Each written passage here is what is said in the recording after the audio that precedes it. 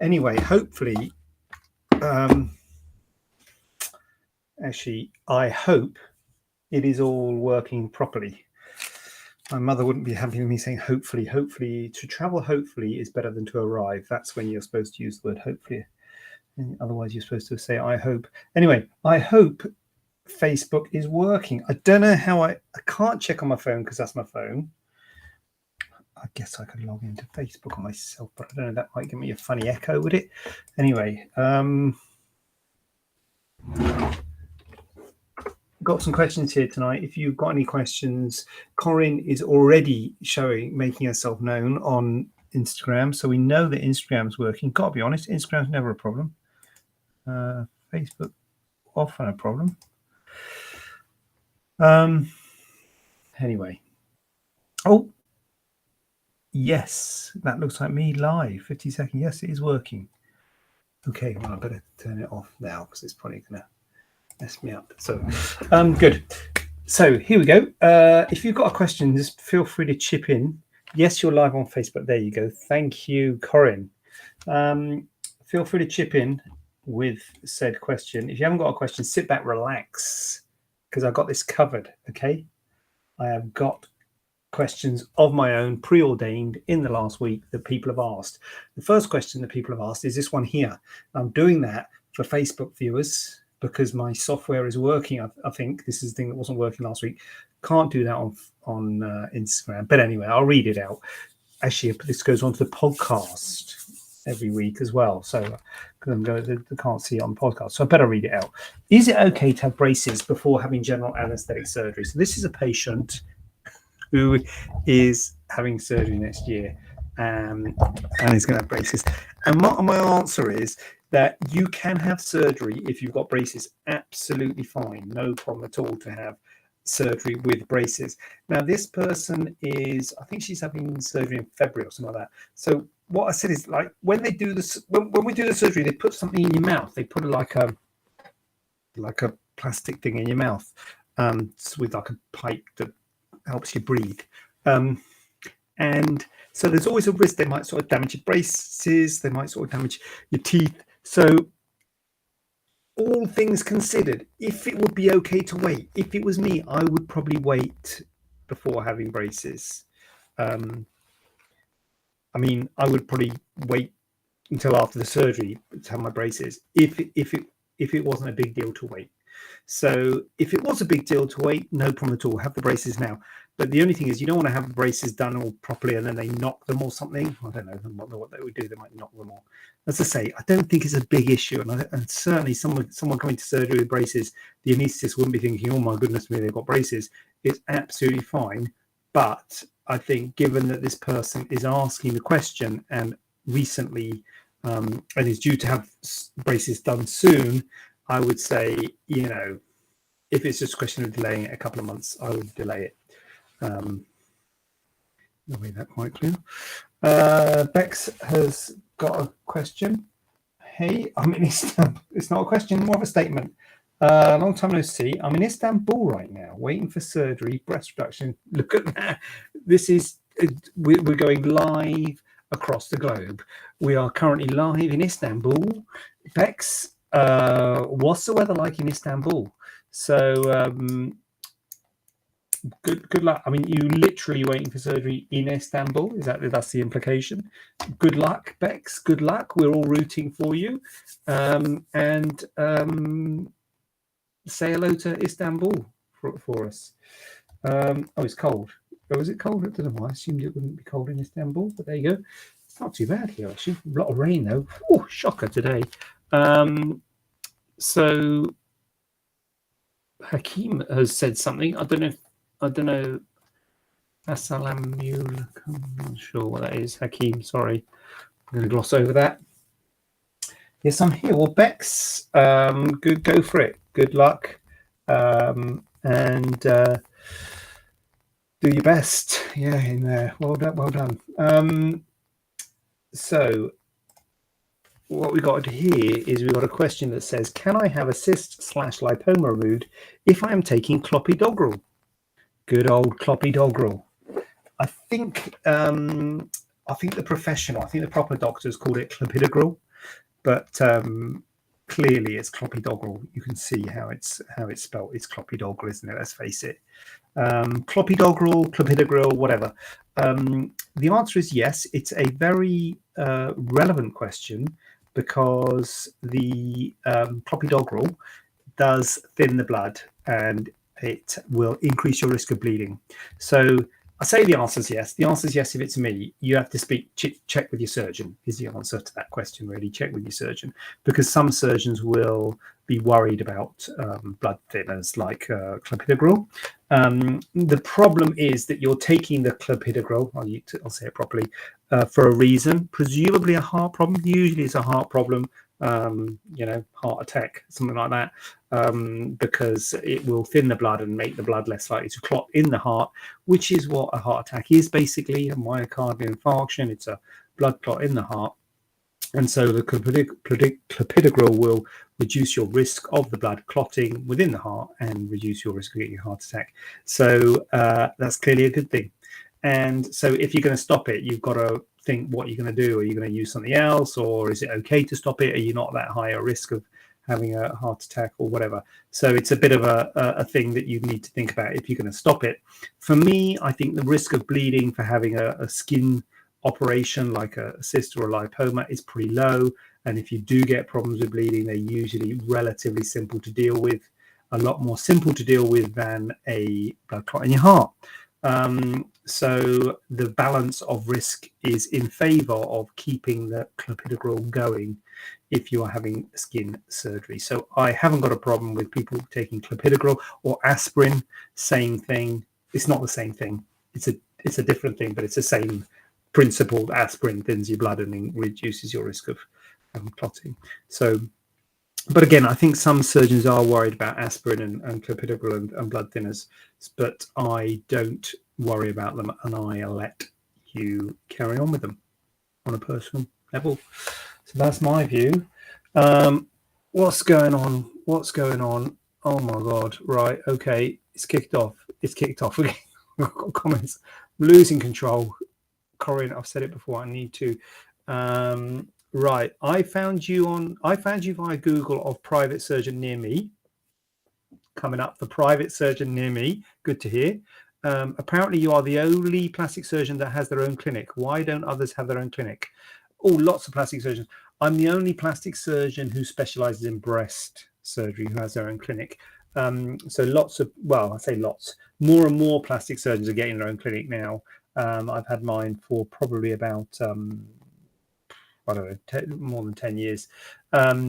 So most plastic surgeons, in fact, most doctors work out of hospitals. They work in a private hospital and work in the theatres and in the outpatients. So I opened my own clinic in 2013. So how long's that? Oh, it's not more than 10. It's 9 years, isn't it? God, it feels like longer.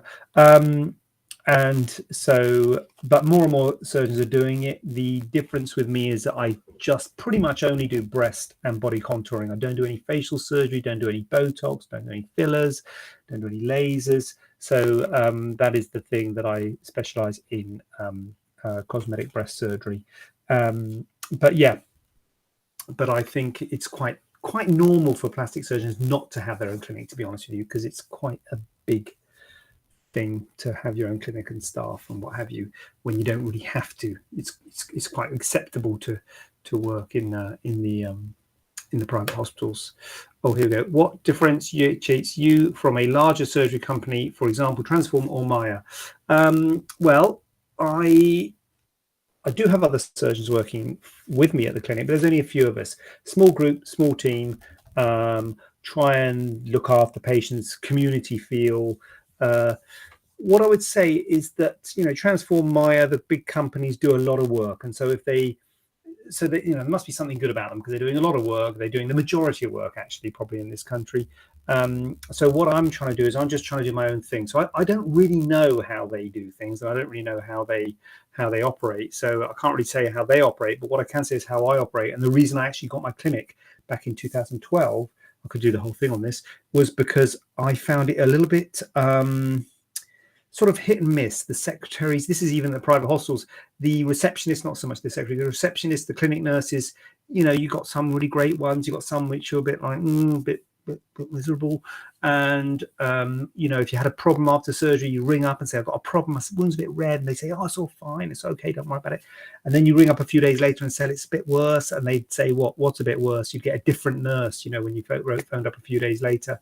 So I didn't like that sort of continuity and stuff. And I always felt that was part of the surgery for me, you know, all this sort of before care and after care is part of the surgery. I've always said I think the aftercare is as important as the surgery.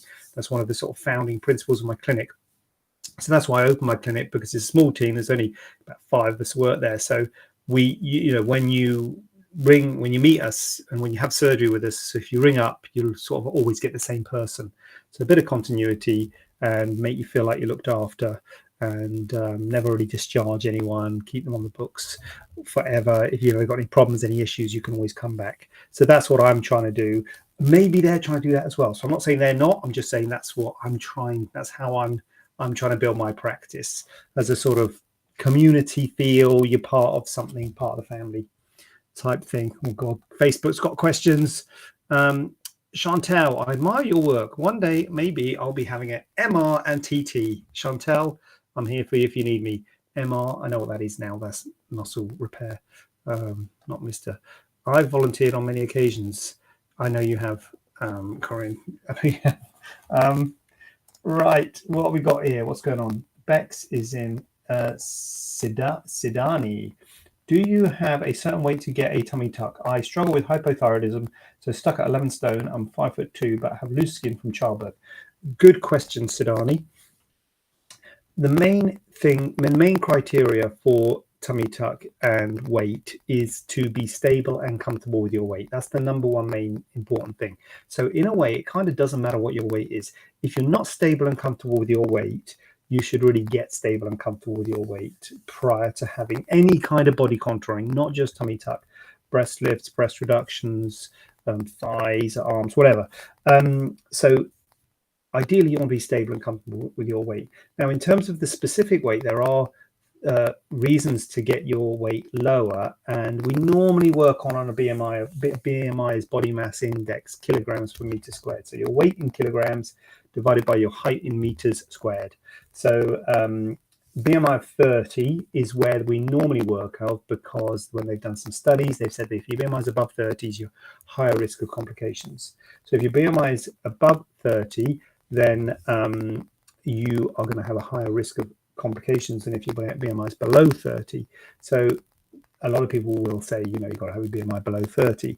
I'm not so strict on the exact BMI, and even if your BMI is below 30, if you want to lose weight, I would say it's better to lose weight first. But that's kind of like the ballpark you want to be looking at. But I totally understand what you're saying in terms of struggling with your weight, and hypothyroid is not going to help. Of course, if you're on treatment for your hypothyroid, maybe that might help. So you'd want to be stable with your hypothyroid treatment, your thyroxine or whatever.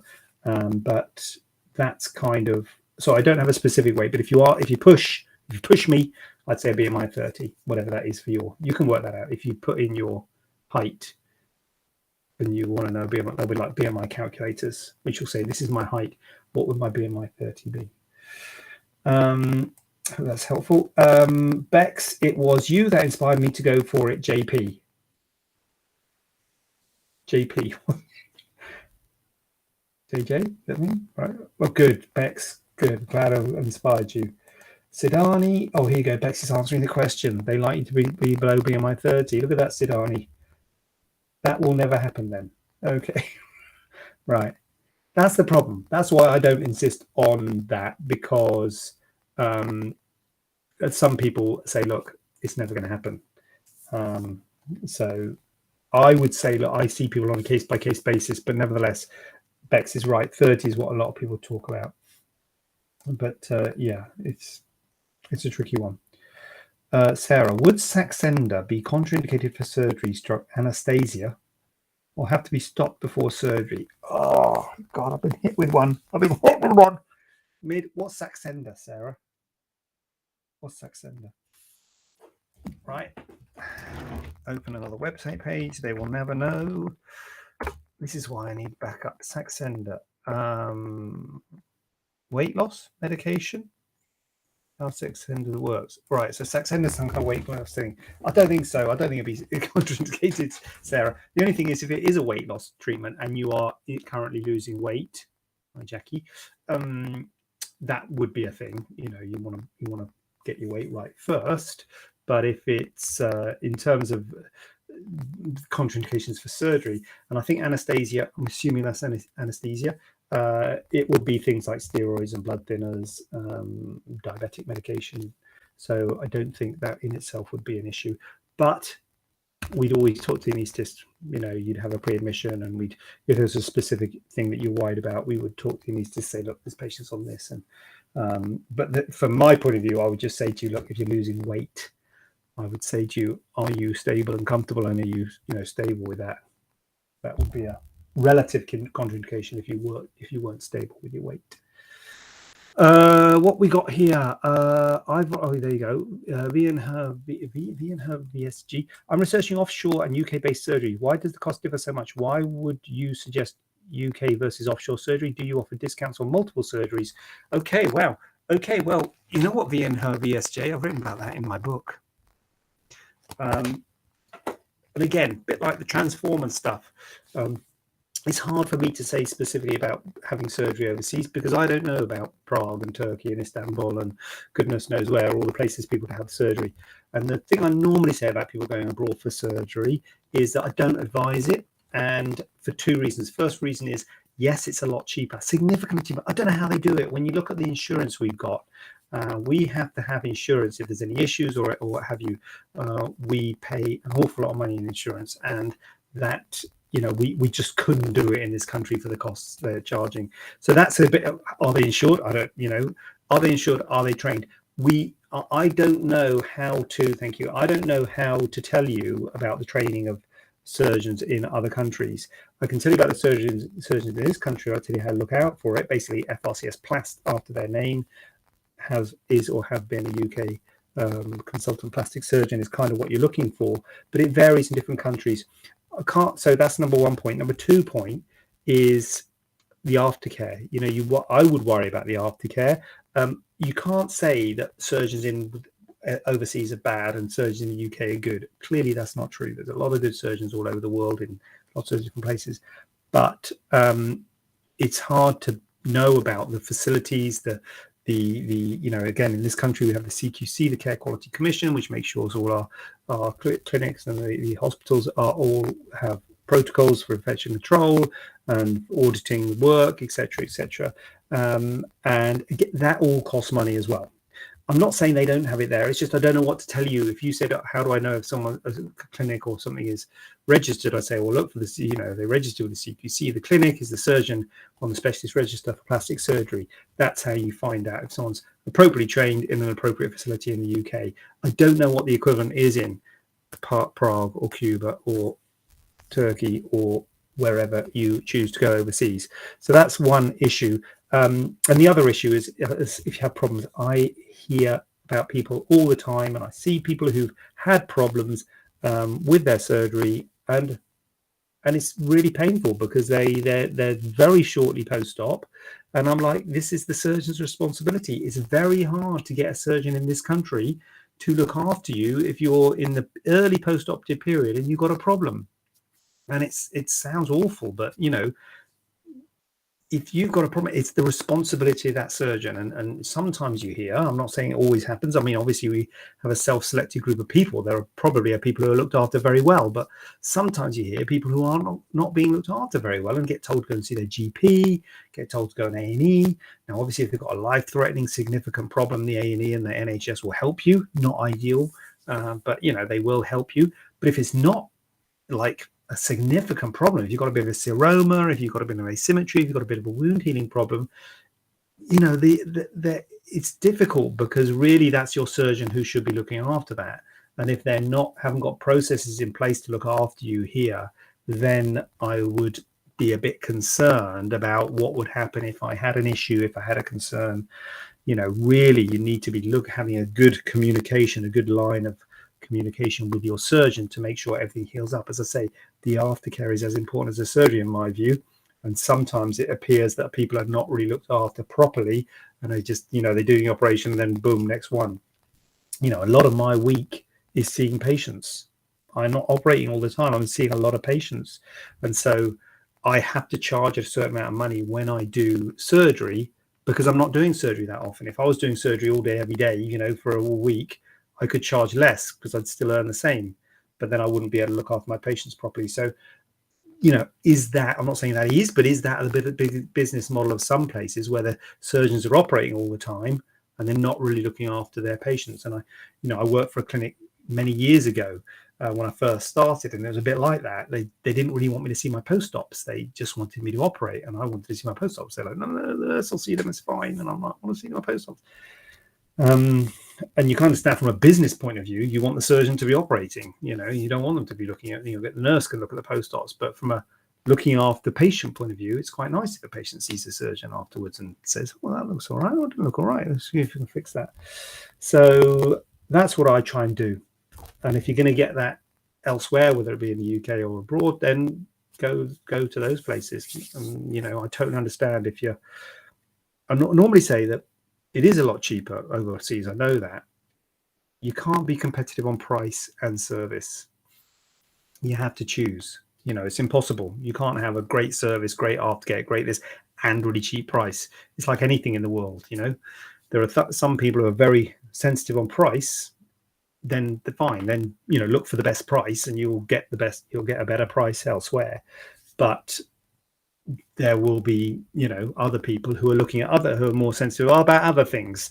And so, you know, as a surgeon sort of running a business, I guess you have to decide where you want to be, whether you want to be competing on price or whether you want to be competing on service and aftercare. And I'm the service and aftercare guy.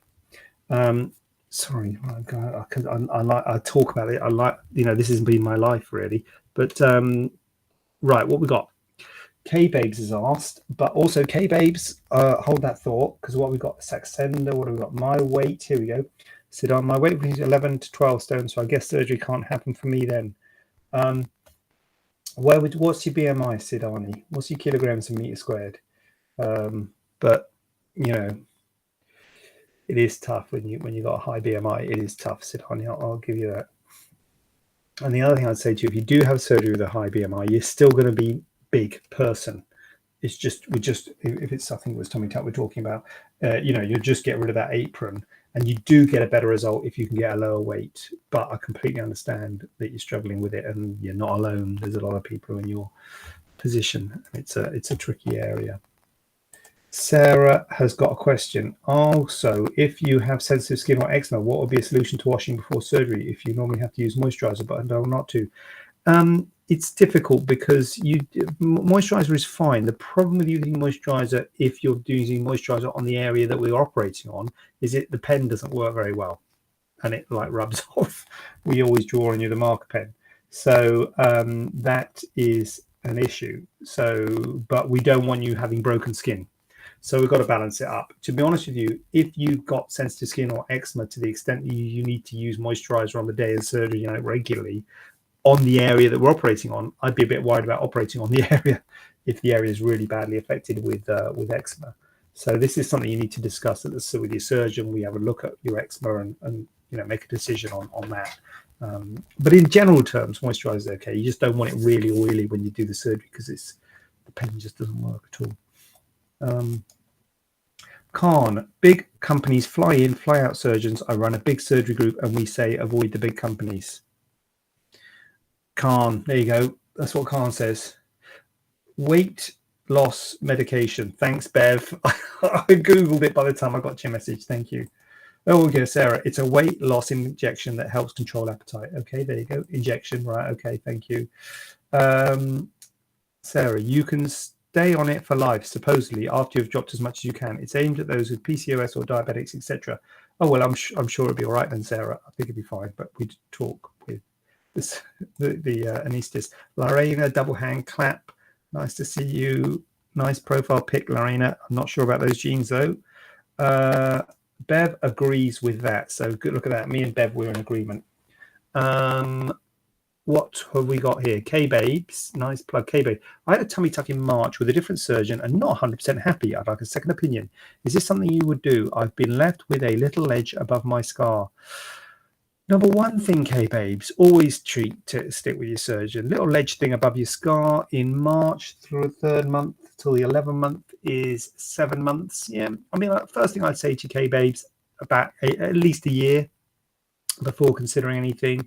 Number one thing. Number two thing, always best to stick with your surgeon. The reason I always go on about sticking with your original surgeon is if your original surgeon's got a vested interest to get it right, they don't want you going out saying, oh, rubbish, that surgeon, they left me a ledge. So in my view, you're better off doing a bit of a revision to make the person happy so they don't go and say you're a terrible surgeon. And also it's good practice to have, to do things right. And so they, well, I won't want to speak to them, but they often don't charge, or, really, if it's a revision, if there's a bit of a thing, and it's always difficult, okay, babes, with tummy tucks, because we don't want the wound to break down, we don't want it to not heal properly, so we don't want to close it so tight that it opens up again every time when you cough or when you move. But at the same time, if you don't close it tight enough, you get this ledge. Also, the scar might be a bit tethered in, accentuating the ledge. Now you have to let that scar soften. That's why I'm saying a year. But it sounds like it might be a relatively easy revision. Famous last words. Little ledge above the scar, relatively simple. If you want, K-Babes, you can always send us a photo and I can give you an opinion. But I do always say stick with your original surgeon. Revision surgery is difficult. It's always hard taking on someone else's work and what have you. And your surgeon has got a vested interest, as I say, to get it right. But K-Babes, send me a photo and I'll have a look and I'll give you an opinion to see what can be done. But I'll tell you now, a year is probably what you're looking at, but maybe that's what you're looking at now, because probably we redo it, but to get it all settled. But sorry to hear you're not happy, but maybe, if that scar is not so tethered and, your weight, maybe, I don't know what's happening with your weight. That's the other thing. Often when you have surgery, you don't do as much as you did before and you put on a bit of weight, and that can help accentuate this problem. So maybe if you're getting a bit more active now, if you're recovering from the surgery, that might help. These are all things I'll be thinking about. V and her VSG, thank you for your candor. If I were to commit to arms, breast and TT 360 FDL, are these fixed costs or could there be a discussion? Oh, you asked for a discount. Sorry, you did ask that. There could be a discussion, V and her VSG. So first of all, I kind of don't do discounts because you can't do discounts. If you're a BARPS member, you can't do discounts. So one thing I'll say to look for is BARPS, BAAPS, BARPS and BAPRAS. Those are the Plastic Surgery Association. So we're not allowed to do discounts. Having said that, in the same breath, there is a discount when you have more than one surgery, simply because of economy of scale. So it's 80% of the cheaper procedure. I'm not, fully trans. It's not like, wheeler dealer. There's no wheeler dealing. The price is the price.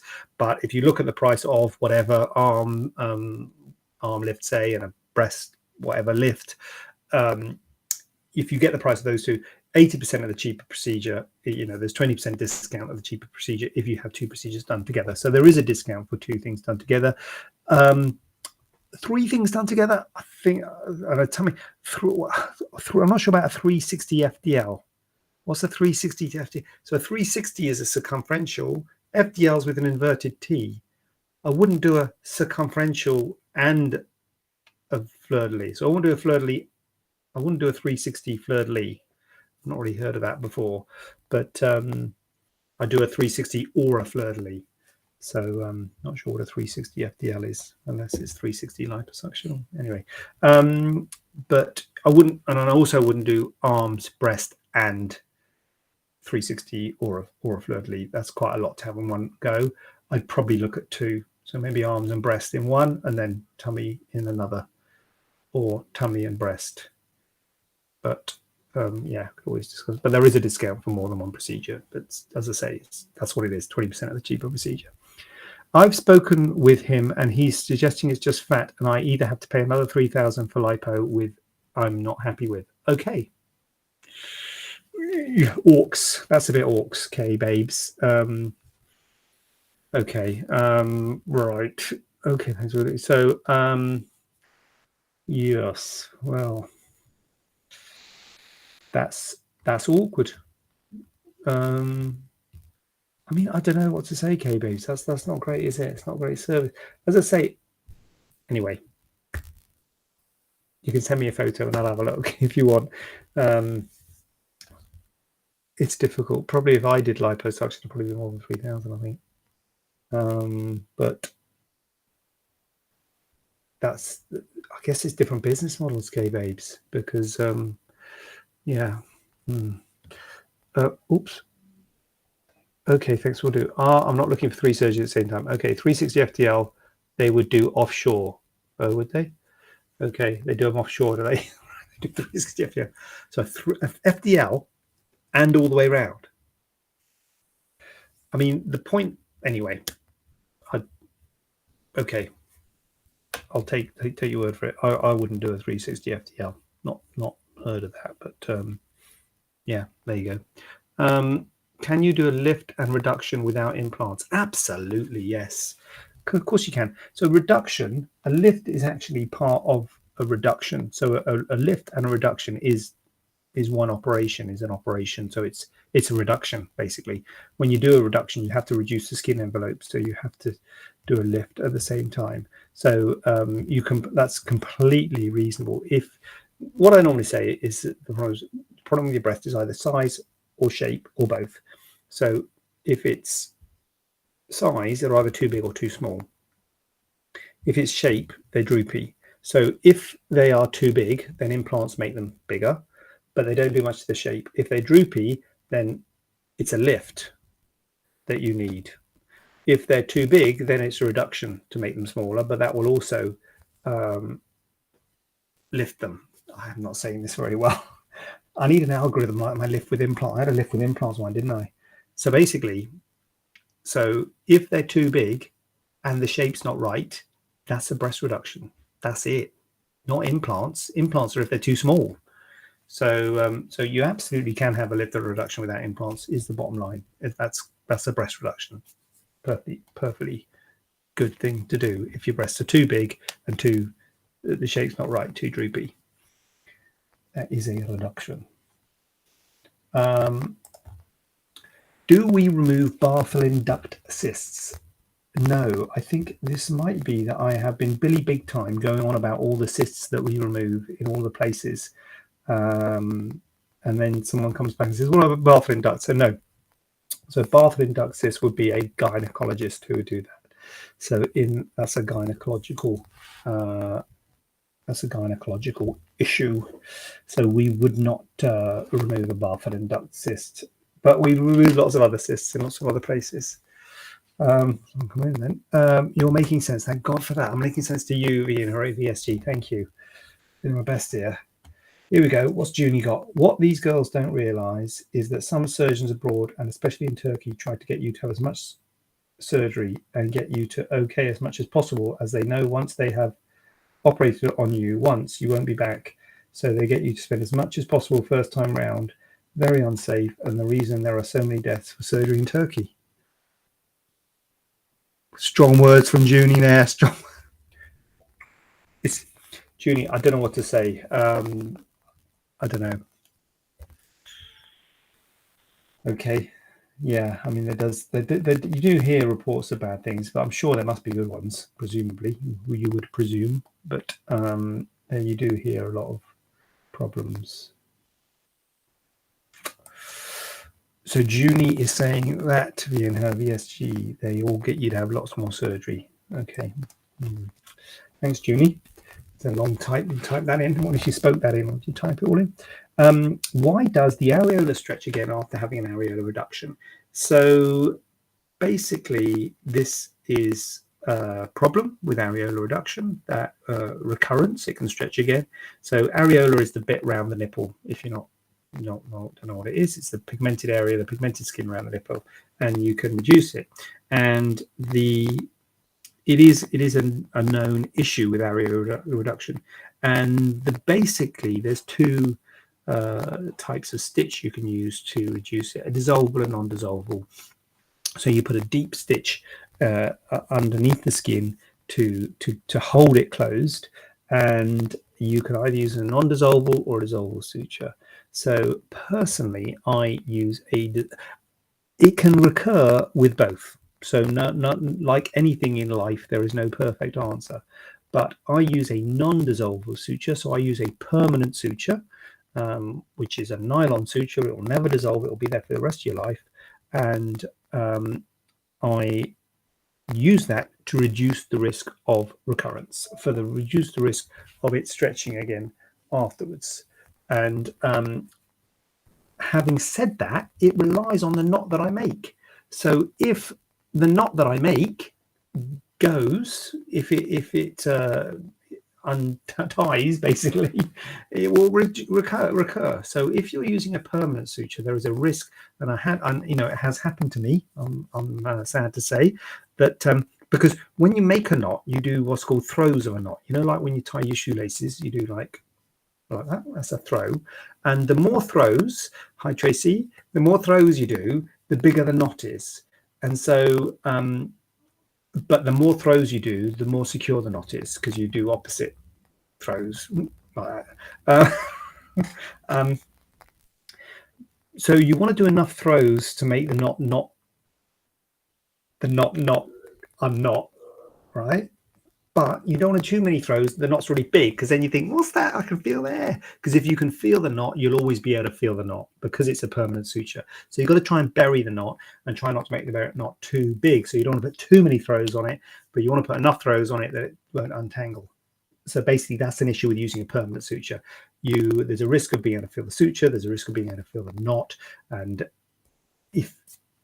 so we try not to make the knot too big and bury it. But if you don't make the knot big enough, if you don't tie it robustly enough, it can untie and recur. So that's a risk if you're using a permanent suture. But in my view, it's less of a risk with a permanent suture than a dissolvable suture, because the risk with the dissolvable suture is that when the suture dissolves, the tension of the wound, because often an areola reduction can be under quite a lot of tension. As a big circle goes to a small circle, and it can be under a lot of tension. So if that dissolvable suture isn't holding it closed for long enough to allow it to scar down, once it dissolves, the tension can pull it out again. So there's a risk of recurrence with either type, with the dissolvable one when the dissolvable stitch dissolves, or with a permanent one if the knot goes. So that's why it can stretch again after having an areola reduction. The bottom line that you need to know is if you're having an areola reduction, there's a risk of it stretching. And then if it stretches, that's fine. We can just do it again, but it can be a problem. Shiv on YouTube, loving it, getting the YouTube people in. Shiv, good to see you. I'm going to have a tummy tuck soon. I also have a mesh from an umbilical hernia, which I think causes my pain when I have a period. Would the pain improve after a tummy tuck? Thank you. Shiv, I would say to you, number one, talk to your surgeon. You're always best talking to your surgeon, because whatever I say doesn't hold, because it's up to your surgeon to know what they're going to do, know what they can hope to achieve. So I'm just going to tell you in general terms, Shiv.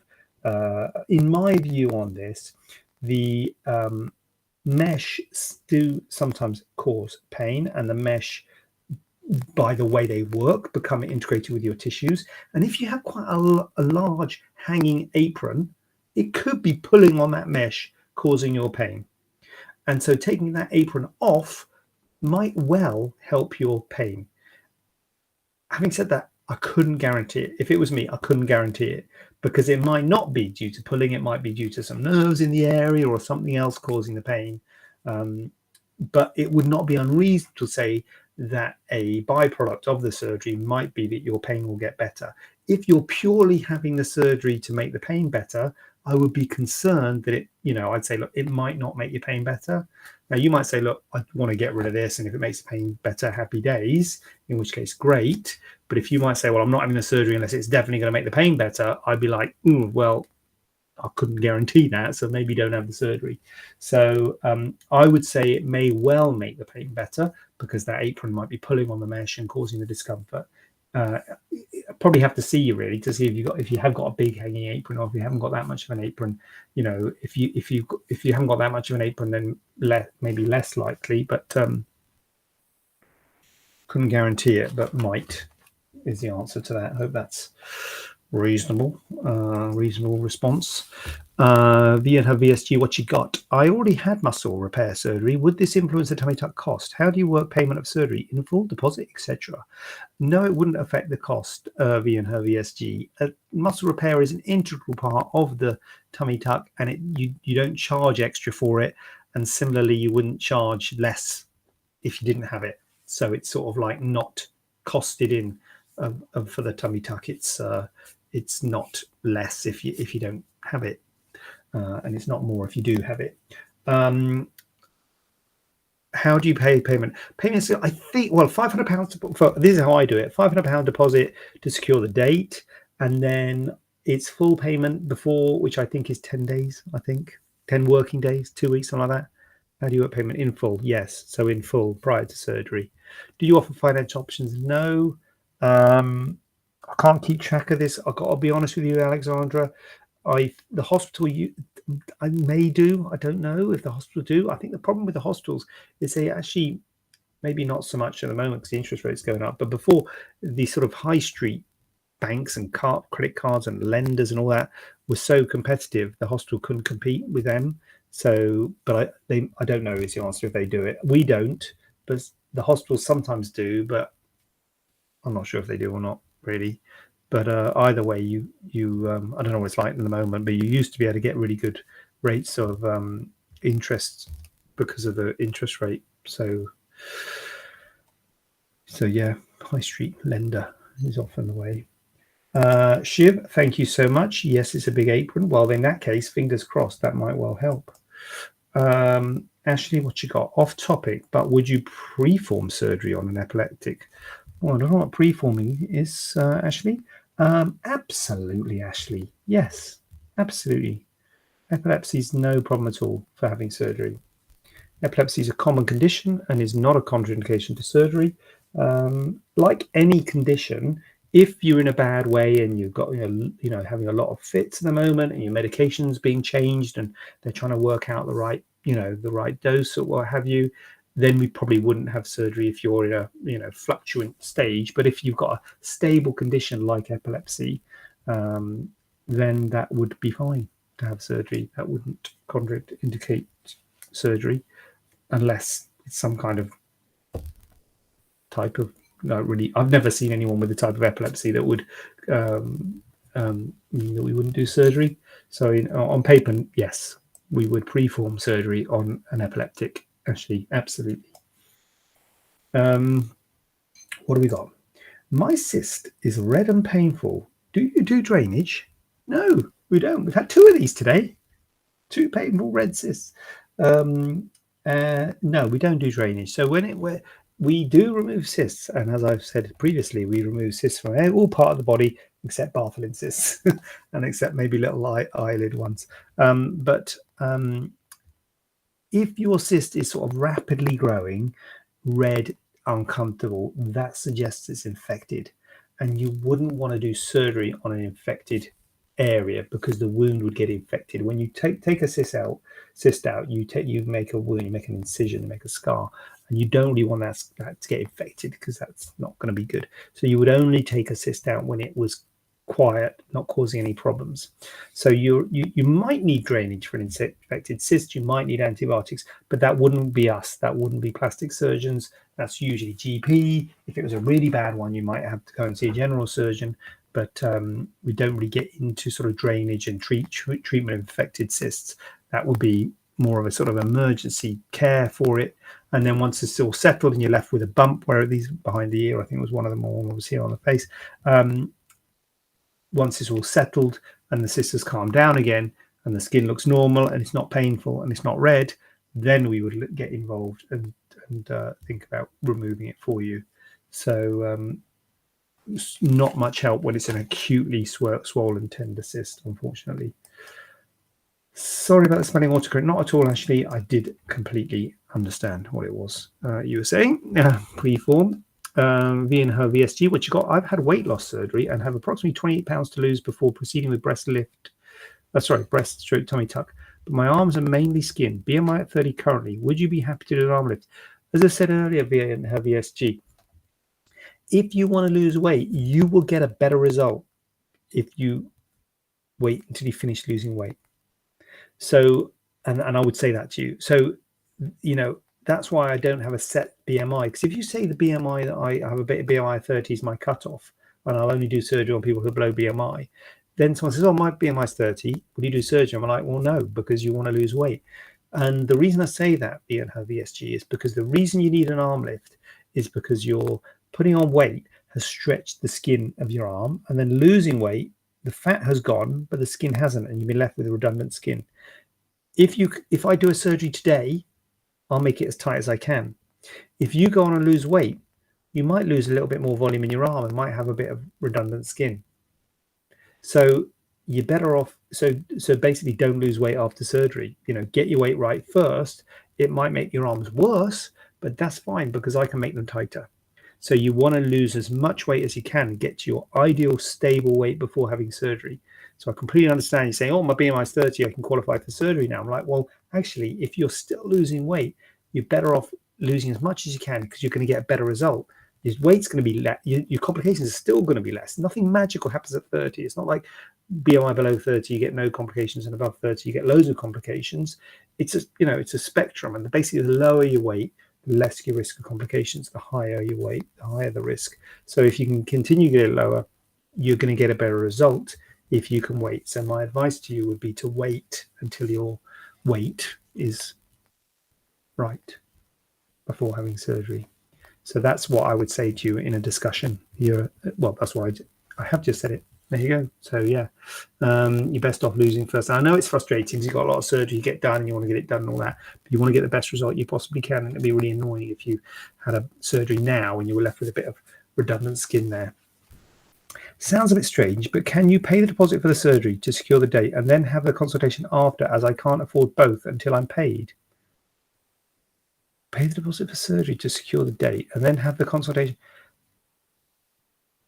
Do you mean not pay for the consultation or not? I mean, in principle, you can pay for the surgery. People do that. People do pay for the surgery before the consultation. I always at least pay a deposit for surgery.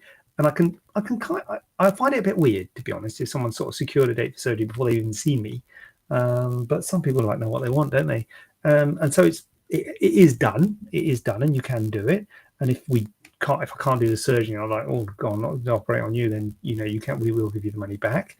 But yeah, exactly. As you said, it was set on a specific day as a teacher have to work. And I think, having said that, I think it's a bit weird. I understand that a lot of people have schedules like teachers and things like that, and holidays and what have you. So they have specific dates they want to sort of secure. So I actually can understand why they do it. So in answer to your question, Alexandra, yes, you can. You can pay a deposit. And if for any reason, if it's me or if it's you, if you come and say, look, hold on a minute, I don't like that guy, he's a bit whatever, we will give you a deposit back. So there's no problem with that. So, or if you can't make the date, or if it's like, actually, you know what, he's told me I've got to lose weight first or something like that. So you can, absolutely, Alexandra, you can pay the deposit for the date if you want to secure that and see how it goes. VSG, thank you. I really appreciate your honesty. You've changed my thought process around the surgeries planned. I like you. I want to like my surgeon. I may be in touch early next year. Okay. Well, I'll be here, be in her VSG. Well, actually not here, because this is my house, but I'll be in my clinic early next year. Well, I'll be, yeah, good. Well, I look forward to seeing you, and thank you for your participation and your input. Very, very gratefully appreciated, as is everybody's here. Well, on that note, I will see you next year, maybe, possibly, and I will check out of here. But next Tuesday, I will almost certainly be here again, doing the same / similar sort of setup. So if you've got any questions, do ask away, and I will do my level best to answer them. But for now, I understand it's the final bake-off. I've been reliably informed. So I suggest you go and put your feet up and have a cup of tea. And I will see you same time, same place. I'm going to stop this stream